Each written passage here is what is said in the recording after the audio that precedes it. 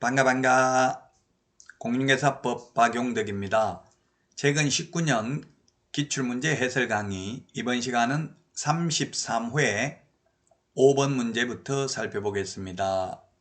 등록의 결격사유가 있는 자를 모두 고르는 것은 했는데, 이 결격사유는 최근 35년간 해마다 출제됐습니다. 반드시 숙지를 해야 되는 부분이 되겠습니다. 기억, 금고 이상 실형을 선고받고 그 집행이 면제된 날로부터 2년이 경과된 자. 2년이 경과된 자는 결격사유네요. 3년이 지나야 되죠. 그래서 2년이 경과된 자는 결격사유입니다. 2년. 3년이 지나야 결격사유에서 벗어납니다. 자, 그 다음에 이 법 위반해서 200만 원 벌금 받으면 결격사유 아니죠? 200만 원은 결격사유 아니고 300만 원 받아야 결격사유입니다. 200만 원 받으면 결격사유 아니고요. 그 다음에 디귿 4원 중 금고 이상 형의 집행유예를 받고 집행유예 기간에 있는 자. 집행유예 기간에 있는 자는 결격사유입니다. 그러나 선고유예, 기소유예는 결격사유 아닙니다. 따라서 정답은 3번이 되겠습니다. 결격사유에 해당되는 자는 금고 이상 형 선고받고 집행 면제되고 3년 지나야 결격사유에 해당된다. 3년 지나야 결격사유에 해당되고, 디귿 집행유예는 결격사유인데 선고유예, 기소유예는 결격사유 아니다. 리언은 300만 원. 이 법 위반해서 300만 원 이상 벌금 받아야 결격사유에 해당된다. 자, 다음은 6번 문제 보도록 하겠습니다. 6번. 옳은 것입니다. 1번 소속공인중개사는 개설 등록을 신청할 수 있다 했는데, 네, 소속공인중개사는 나무 밑에 취직되어 있는 사람이죠. 취직되어 있는 상태에서는 개업 안 됩니다. 그만두고 해야 됩니다. 상도위에 어긋나는 거죠.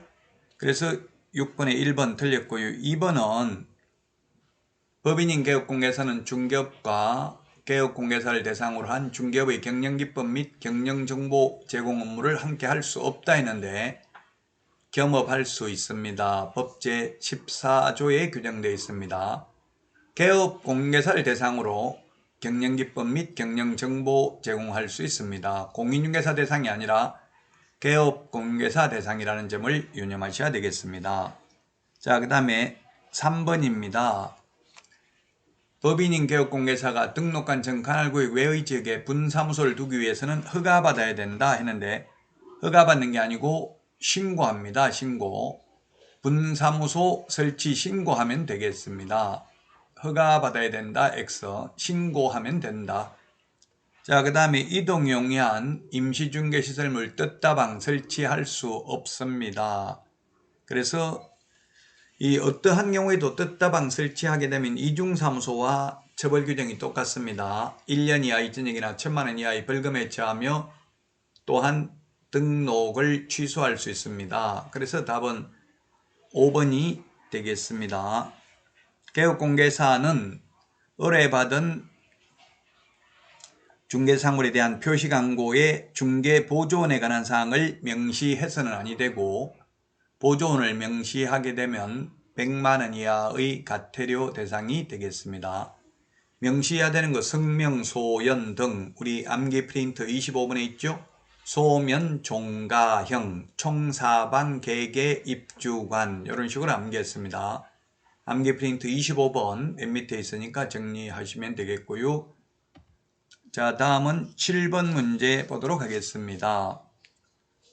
부동산 거래 신고 등에 관한 법령상 2년 이하의 징역 또는 계약 체결 당시 개별 공시지가에 따른 해당 토지가액의 100분의 30에 해당하는 금액 이하의 벌금에 처해지는 자는 했는데, 정답은 2번이 되겠네요. 2번. 토지거래 허가받지 않거나 또는 부정한 방법으로 허가받은 경우, 그 다음에 허가받은 사항을 변경하려는 경우, 변경 허가 받지 아니한 경우, 2번이 정답이 되겠고요. 그 다음에 1번 거래대금 지급증명자료 제출하지 않는 경우에는 3천만 원 이하의 과태료가 되겠습니다. 자, 그 다음에 3번 외국인이 경매로 6개월 이내 취득신고하지 않는 경우 100만 원 이하의 과태료고요. 그 다음에 부동산 거래 신고 안 하면 500만 원 이하의 과태료고요. 그 다음에 거짓 신고하면 5% 100분의 5 이하의 과태료 대상이 되겠습니다. 자, 다음은 8번 문제 살펴보도록 하겠습니다. 8번 문제. 공인중개사 법령상 개업공개사의 일반 중개계약과 전속중개계약에 관한 설명으로 옳은 것은 했는데 1번 일반 중개계약은 중개 의뢰인이 중개사물의 중개를 의뢰하기 위하여 특정한 개업공개사를 정하여 그 개업공개사에 한정하여 중개 대상물을 중개하도록 하는 계약을 말한다. 이거는 일반 중개계약이 아니고 전속 중개계약입니다. 그래서 틀렸습니다. 설명이. 전속 중개계약에 대한 설명이죠. 2번도 마찬가지네요. 일반 중개계약에 대한 설명이 아니라 전속 중개계약에 대한 설명입니다. 의뢰인이 비공개 요청하지 않는 경우 정보망 또는 일간신문에 7일 이내에 정보 공개해야 되는 건 전속 중개계약이 되겠고요. 그 다음에 3번도 역시 일반 중개계약이 아니라 전속 중개계약의 경우에는 2주일에 1회 이상 업무 처리 사항을 문서로 통지해야 됩니다. 구두로 통지해도 된다 하면 X고요. 통지 방법에는 아무런 제한이 없다 X입니다.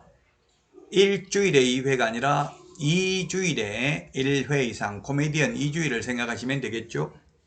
2주일에 1회 이상 업무 처리 사항을 문서로 통지해야 됩니다. 자, 그 다음에 4번입니다. 개업공개사가 국토교통부 령으로 정하는 전속중개계약서에 의하지 아니하고 전속중개계약을 체결하는 경우에는 업무정지 사유에 해당하지 않는다 했는데 업무정지 사유에 해당합니다. 전속중개계약 위반은 모두 업무정지 사유에 해당됩니다. 원칙적으로. 다만 예외적으로 전속중개계약 체결하고 비공개 요청하지 않았는데도 불구하고 7일 이내 정보 공개하지 않거나 또는 비공개 요청한 정보를 공개한 때에는 임의적 취소할 수 있습니다. 취소할 수 있는 사유는 취소 안 하면 또한 업무정지할 수 있죠. 그래서 모두 업무정지는 가능합니다. 다만 7일 이내 정보 공개하지 않거나 비공개 요청한 정보를 공개한 경우에는 임의적 취소할 수 있다. 물론 안 하면 업무정지 처분을 할 수도 있을 것입니다. 5번입니다. 표준서식인 일반중개계약서와 전속중개계약서에는 개업공개사가 중개보수를 과다수령 시 그 차액을 환급한다는 규정을 공통적으로 규정하고 있다. 네, 그렇습니다. 전속중개계약서와 일반중개계약서 서식 중에서 서로 차이가 나는 점은 1번, 2번 의뢰인과 개업공개사의 권리 의무만 차이가 있습니다. 나머지 3번부터 6번까지 똑같습니다. 뒷페이지도 똑같죠. 일반중개계약서에는 보면 의뢰인은 이 일반중개계약에도 불구하고 다른 개업공개사에게도 중개를 의뢰할 수 있습니다. 그리고 개업공개사의 의무는 조속히 거래가 이루어지도록 성실히 노력하여야 한다. 그리고 의뢰인은 확인설명 의무를 이행하는 데 협조해야 된다. 이 말만 있습니다. 근데 전속중개계약은 2주일에 1회 이상 업무처리사항 문서로 통지해야 되는 규정도 있고요.